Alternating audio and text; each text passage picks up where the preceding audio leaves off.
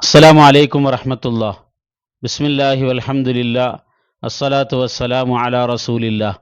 റസൂലുള്ളാഹി സ്വല്ലല്ലാഹു അലൈഹി വസല്ലം പറഞ്ഞു, ഒരല്പമെങ്കിലും അഹങ്കാരം മനസ്സിലുള്ളവൻ സ്വർഗത്തിൽ കടക്കയില്ല.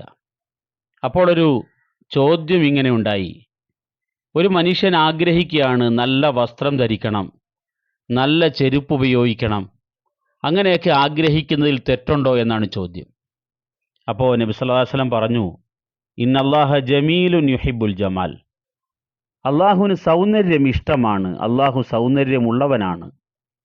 അൽ കിബ്റു, അഹന്ത എന്ന് പറഞ്ഞാൽ ബത്റുൽ ഹഖി വഗംതുന്നാസ്, സത്യത്തെ നിഷേധിക്കലും ജനങ്ങളെ മറ്റുള്ളവരെ നിസ്സാരരായി കാണലുമാണ്. ഇതിനാണ് അഹങ്കാരമെന്ന് പറയുക. അല്ലാതെ നല്ല വസ്ത്രം ധരിക്കുക, നല്ല വസ്തുക്കൾ ഉപയോഗിക്കുക, ഇതൊന്നും അഹങ്കാരമല്ല. അഹങ്കാരം എന്ന് പറയുന്നത് മനുഷ്യനിൽ ഉണ്ടാകുന്ന ഒരു ദുർഗുണമാണ്, ഒരു ദുസ്വഭാവമാണ്. അല്ലാഹു സുബ്ഹാനഹു വ തആല മനുഷ്യരിൽ തീരെ ഇഷ്ടപ്പെടാത്ത ഒരു സ്വഭാവമാണ് അഹങ്കാരം. കാരണം മനുഷ്യന് ലോകത്ത് അഹങ്കരിക്കാൻ, ബാഹ്യമായി നമുക്ക് ചിന്തിച്ചാൽ മനസ്സിലാവും, അഹങ്കരിക്കാൻ ഒരു വകയും അവനില്ല. അവൻ്റെ ജീവിതം തന്നെ എത്ര നാളാണെന്ന് അറിയില്ല. സ്വന്തം ജീവിതത്തെക്കുറിച്ച് പോലും കൃത്യമായ ഒരു ധാരണയില്ലാതെയാണ് മനുഷ്യൻ ഈ ലോകത്ത് ജീവിക്കുന്നത്. അങ്ങനെയുള്ള മനുഷ്യന് എന്താണ് അഹങ്കരിക്കാനുള്ള വകയുള്ളത്? ഏതു സമയത്തും ഈ ലോകത്ത് നിന്ന് പോകാം. തൻ്റെ ഉള്ളിൽ പ്രവർത്തിക്കുന്ന അവയവം എത്രത്തോളം ആരോഗ്യകരമാണെന്ന് അത് കൊണ്ട് നടക്കുന്ന മനുഷ്യൻ അറിയില്ല. അത് പെട്ടെന്ന് ദുർബലമാകും, അല്ലെങ്കിൽ പ്രവർത്തനരഹിതമാകും. മനുഷ്യൻ ഈ ലോകത്ത് നിന്ന് യാത്രയാവും. അപ്പോൾ അത്രയൊക്കെ മനുഷ്യൻ്റെ കാര്യമുള്ളൂ.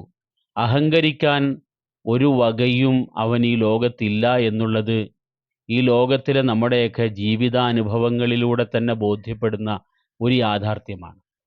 അപ്പോൾ അല്ലാഹു തആല മനുഷ്യനിൽ തീരെ ഇഷ്ടപ്പെടാത്ത ഒരു ദുർഗുണമാണ് അഹങ്കാരം.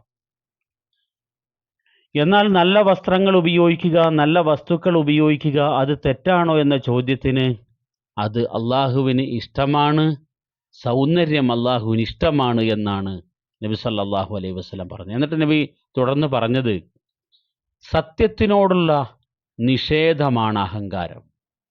സത്യം എന്ന് പറയുമ്പോൾ ലോകത്തിലെ ഏറ്റവും വലിയ സത്യം, നാം എല്ലാം ആദ്യമായി ഉൾക്കൊള്ളേണ്ടുന്ന സത്യം അള്ളാഹുവാണ്. അള്ളാഹുവിനെ അംഗീകരിക്കുക. ഈ ലോകം ഒരു സൃഷ്ടിയാണെങ്കിൽ അതിനൊരു സൃഷ്ടാവുണ്ട്. ആ സൃഷ്ടാവിനെ ഉൾക്കൊള്ളുക, അതാണ് മനുഷ്യൻ ആദ്യമായി ചെയ്യേണ്ടത്. അതൊരു തരം അഹന്തയാണ്, അത് ഉൾക്കൊള്ളാൻ കഴിയാതിരിക്കുക എന്നുള്ളത്. അതിനോടൊപ്പം വേറെ പലതരത്തിലുള്ള ഹക്കുകളുണ്ട്. ഹക്കെന്ന് പറയുമ്പോൾ മനുഷ്യരുമായി ബന്ധപ്പെട്ട ഹക്കുകളുണ്ട്. ആർക്കെങ്കിലുമൊക്കെ സാമ്പത്തികമായ ബാധ്യതകളുള്ള മനുഷ്യരായിരിക്കും. ആ സാമ്പത്തികമായ ബാധ്യത നിർവഹിക്കാതിരിക്കൽ അത് തെറ്റാണ്, അത് ഹക്കാണ്, ബാധ്യതയാണ്.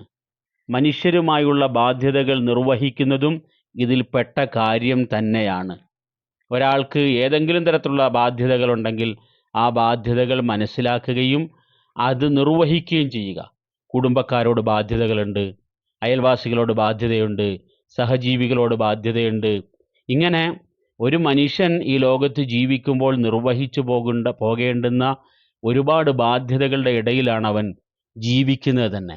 ആ ബാധ്യതകളെല്ലാം ഉൾക്കൊള്ളുകയും അത് നിർവഹിക്കുകയും ചെയ്യുക, അതിനോടുള്ള നിഷേധം അഹങ്കാരമാണ്. അതുപോലെ തന്നെ മറ്റുള്ളവരെ നിസ്സാരരായി കണക്കാക്കുക.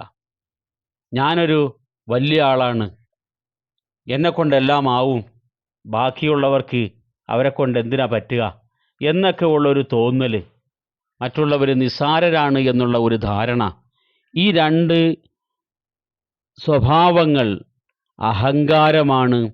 ഇതുള്ളവർ സ്വർഗത്തിൽ കടക്കയില്ല എന്ന് റസൂലുള്ളാഹി സ്വല്ലല്ലാഹു അലൈഹി വസല്ലം പറയാണ്. ഇതിനെ വിശദീകരിക്കുന്നുണ്ട്, ഉലമാക്കൾ പറയുന്നുണ്ട്, അല്ലാഹു തആല ശിർക്കല്ലാത്ത മുഴുവൻ പാപങ്ങളും പൊറുക്കുമെന്ന് വിശുദ്ധ ഖുർആൻ തന്നെ പറഞ്ഞിട്ടുണ്ടല്ലോ. അപ്പോൾ പിന്നെ ഈ അഹങ്കാരം എന്തുകൊണ്ട് ശിർക്കല്ലാത്ത പാപങ്ങളിൽപ്പെട്ടതാണല്ലോ, അതെന്തുകൊണ്ട് മാപ്പാക്കപ്പെടുന്നില്ല എന്നൊരു ചോദ്യത്തിന് ഉലമാക്കൾ പറയുന്ന മറുപടി ഇങ്ങനെയാണ്. അഹന്ത എന്ന് പറയുന്നത് ഒരു ദുസ്വഭാവമാണ്, ദുർഗുണമാണ്.